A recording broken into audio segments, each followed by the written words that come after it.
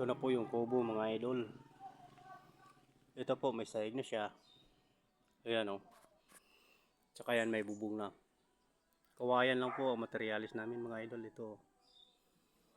Pero magagulang po yung mga kawayan po. Ayan. Gagawa kami ng upuan dito. Tsaka dito. Yan upuan. Magkaharap po yung upuan niya.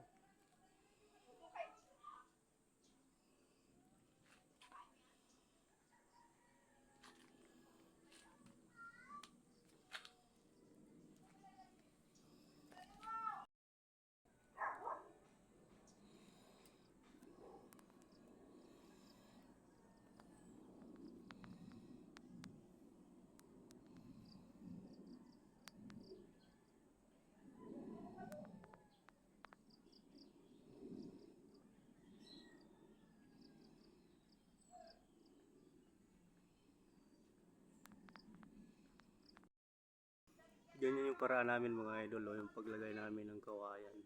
Kawayan muna pinapako namin dyan sa may ng puste. Para kahit anong tungtong matibay po siya. Yan, ganun din yan.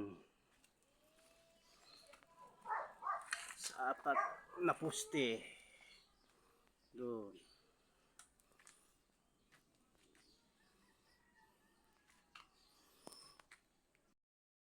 Pati po yung sa anuhan ng sahig yan oh. Kawayan po yan, kahit anong talon mo dyan, hindi yan matatanggal. Yan.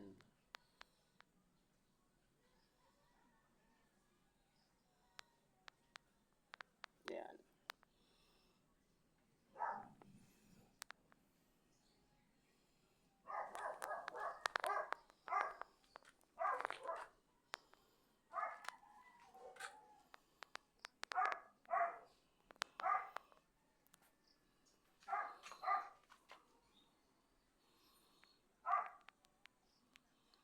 Simpleng kubo, kawayan.